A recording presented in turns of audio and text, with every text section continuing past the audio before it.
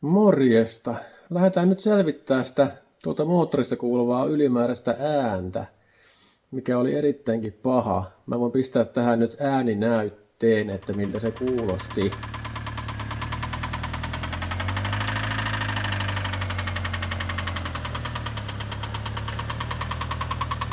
Joo. Eli mä oon tätä nyt tässä päivän, tai no koko päivä oikeastaan purkanut, ja mä nyt sain sen vihankin jo selville, mutta lähdetään nyt purkaa tästä nyt pikkuhiljaa ja mennään lopuksi siihen vikaan, mikä sieltä löytyy. Ja nyt täällä näkeekin taas jotain, kun mä asennin sen Saawatin Megamolovalon, vai mikä nyt olikaan. Jes. Toivottavasti tää nyt kestää vähän kauemmin. Mut joo, lähdetään nyt selvittämään sitä vikaa. Elikkä lähdetään täältä nyt liikkeelle. Elikkä mä nyt oletin, että se vika olisi jossain kannessa ollut. Niin mä otin tosta nyt tuon venttiilin kopa sun muut hilpeet pois. Ja sitten me päästiin tutkimaan tätä nokkia. Mä epäilin, että täältä olisi mennyt tämä variaattori hajalle lopullisesti. Eli tuo säätää imunokkaa.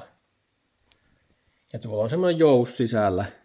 Se jous noista monesti hajoaa ja alkaa kuulua semmoinen kauhea klapatus. Mä eka ajattelin, että se ääni olisi voinut olla se. Mutta mä sitten vähän ajattelin, että se on kyllä liian lujaa se ääni, mikä sitä kuuluu. Ja se kuuluu vähän niin kuin sieltä tavallaan moottorin takaa enemmänkin, ettei sitä päältä. Joo, ja mä otin nuo rokat kaikki pois ja jakohihna lähti ja sitten otin nuo kaikki pois. Mitä ne piti irrottaakaan, että saatiin nuo pukit sun muuta, että saatiin nuo nokat irti. Ja nämä nyt ei auttanut mitään siihen meidän ongelmaan. Elikkä meidän nyt katsoa tämän hetken tilannetta. Tää näkyy tämä meidän tämän hetken tilanne. Elikkä täällä on siis nokat nyt pois ja sun muuta. Mutta tässä oli vieläkin sellainen ongelma, että tuo moottori ei pyörinyt kunnolla. Elikkä täällä on vieläkin jotakin, mikä pistää, tai mikä niin kuin hidastaa, vaikeuttaa moottorin pyörimistä. Ja mä katsoin kaikki nämä venttiilit läpi, että no kaikki oli kunnossa, ei ollut mitään. Ei ollut siis, tää vika siis ei johdu kannesta, vaan se vika on jossain syvemmällä. Ja sitä mä nyt vähän niin kuin pelkäsinkin. Se ääni niin kuuluu jotenkin tuolta takaa niin kuin enemmänkin, ettei kuulu tältä kannealueelta, vaan se kuuluu vaan jotenkin tuolla kauempaa tuolta. Jes. Ja tässä nyt ei näy mitään ihmeempää.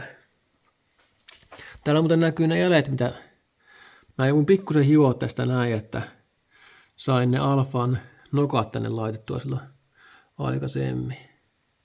Tuossa näkyy hyvin ne jäljet tuolta.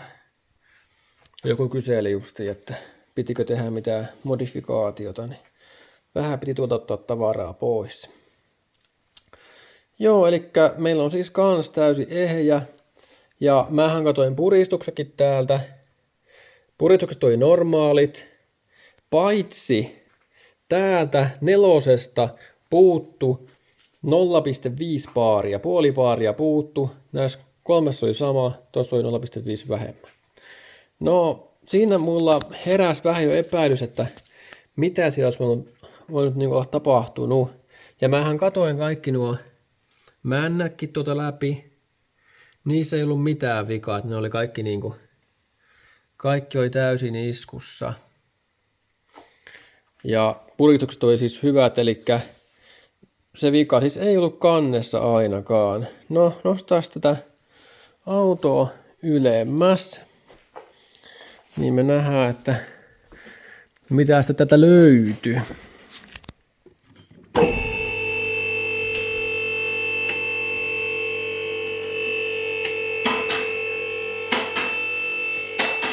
Joo, tässä tässä oli aikamoinen, ja tuolla näkyykin jo. Elikkä mä öljypohjan irrotin.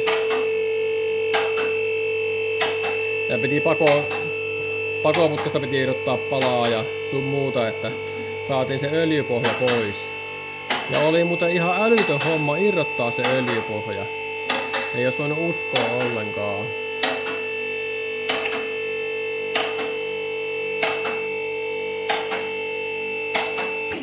No niin. Elikkä täällä oli seuraavana operaationa sitten tämän öljypohjairrotus. Ja täällä nyt oli jonkun verran metallisilppua. Mä voin pistää kuvaan tähän, jos jos on vielä talles mulla jossain, minkä mä otin sieltä öljypumpun sihdistä. Joo, eli sinne oli metallia kertynyt ihan mukavastikin. Ja no, mistä he nyt oli sitten tullut? Niin se nyt oli sitten vähän kysymysmerkki vielä. Tosiaan tuo oli niinku metallisilppua aika hyvin täynnä. Ja tuon pakoputken osan piti irrottaa. Niin no, mä täältä menin katsomaan, niin tässä nyt ei eka näkynyt mitään ihmeempää. Mut sitten mä huomasin, että täällä oli väljää täällä. Mähän otin tuolta nuo pukit pois jo. Täältä nappasin. Ja täältähän se meidän vika sitten löytyikin. Elikkä nämä kietokangen laakerit, tai yksi niistä oli sökönä. Eli tässä on se vika sitten, mikä sitä löytyi. Ja tämähän oli siis aika pahankin näköinen. Se kuusi olla tällainen se osa. Niin oli jotenkin leventynytkin nuo osat. Et semmoista. No siinä nyt selvisi tuo meidän vikaa, mutta joo. Mutta saadaanko me tässä toimimaan enää, niin se on sitten eri asia. Joo, eli otetaan tätä nyt mittoja vähän. Elikkä täällä oli 3 laakeria, oli täällä täysin kunnossa ja se yksi oli niinku sökönä. Otetaan tästä nyt äkkiä mitta. Nämä on kaikki samaa. Tällä pitäisi olla 50,8 noin, niin se on erittäin lähellä nämä kaikki sitä, niin nämä, no ne on nyt tuolla kaukaa, niin mä yrittäisi katsoa niitä, mutta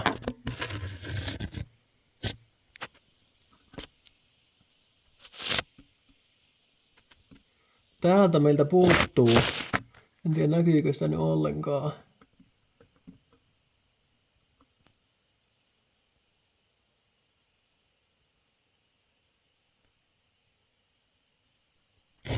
Täältä meiltä puuttuu semmonen 20, semmoinen 0,2 milliä. Siis on tästä kulunut pois. Ja tähän näkeekin, että tämä osa tässä on paljon leveämpi kuin mikä tuolla.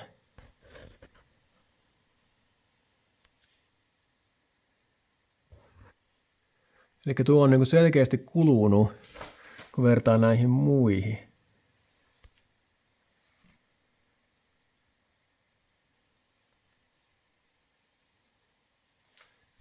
Elikkä siinä oli se meidän vika sitten. Ja tämä ei ole niinku yhtään hyvä homma, että se on kulunut täältä. Eli ja kaiken lisäksi se ei ollut kulunut tasaisesti, vaan siellä oli jotain 0,05 tai jotain semmoista milliä heittoa. Ja nämä laakerit, nuo välykset tuolla on tosi tarkkoja, mitä ne kuuluu olla. Niin, en tiedä, tuleeko se toimimaan ylipäätään enää sitten. Ja nämä muuthan täällä on ihan niinku kohtuu hyvän näköisiä. Vähän niin kuin semmoista, mitä kuuluisikin olla. Mutta justiin tuo yksi on niinku,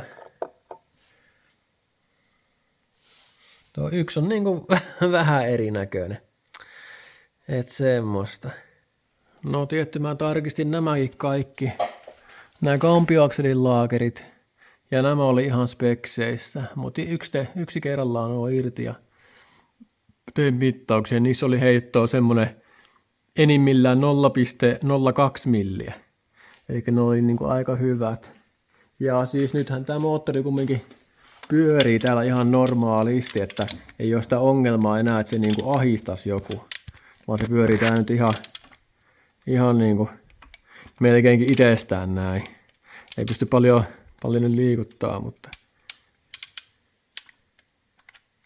joo, eikä nyt tuo moottori pyörii taas vapaasti. Eikä tämä jotenkin jarrutti sitä liikkumista. Siis mä veikkaan, että nämä laakerit oli täällä vähän niin kuin päällekkäin jotenkin jo. Ne oli vähän niin kuin päällekkäin. Ja se aiheutti sen, että tämä sitten ahisti siellä. En mä mitään muuta syytä keksi siihen kyllä. Ja siis tää toinenhan tätä putosi, että no, molemmat periaatteessa putosi sitä suoraan, kun mä vaan irrotin tämän tästä. Tähänkin tuli jotain pikkujälkeä. Ei mitään vakavaa. No, mitäs Arvon Raati on mieltä? Tuleeko vielä kuntoon tuolla kampioakselilla? Kyllä mä testataan. Mä veikkaan, että tulee kuntoon, mutta miten kauan se kestää, niin se on eri asia. Koska tuo kampioakseli ei ole kulunut täysin tasaisesti, vaan se on niinku, ei se nyt soikea ole, mutta sitä puuttuu niinku, yhdestä kohtaa puuttuu ihan pikkasen materiaalia. Ja noiden laakereiden välyys on tosi tarkka, että joo, en tiedä miten pitkään tulee toimimaan sitten. Mutta pistäkää kommenttia. Mä tilaan nyt semmosia ylikoko, vai pitääkö sanoa, että alikoko laakereita. Kaiken kokoisia, mitä sattuu löytyä, ja pitää nyt toivoa, että joku niistä niin olisi mahdollisimman lähellä oikein kokosta sitten, että saataisiin sillä pelittämään ainakin joksikin aikaa. No, mutta mä jatkan seuraavassa videossa sitten, kun osat saapuu, ja katsotaan tuleeko kuntoon. Morjens!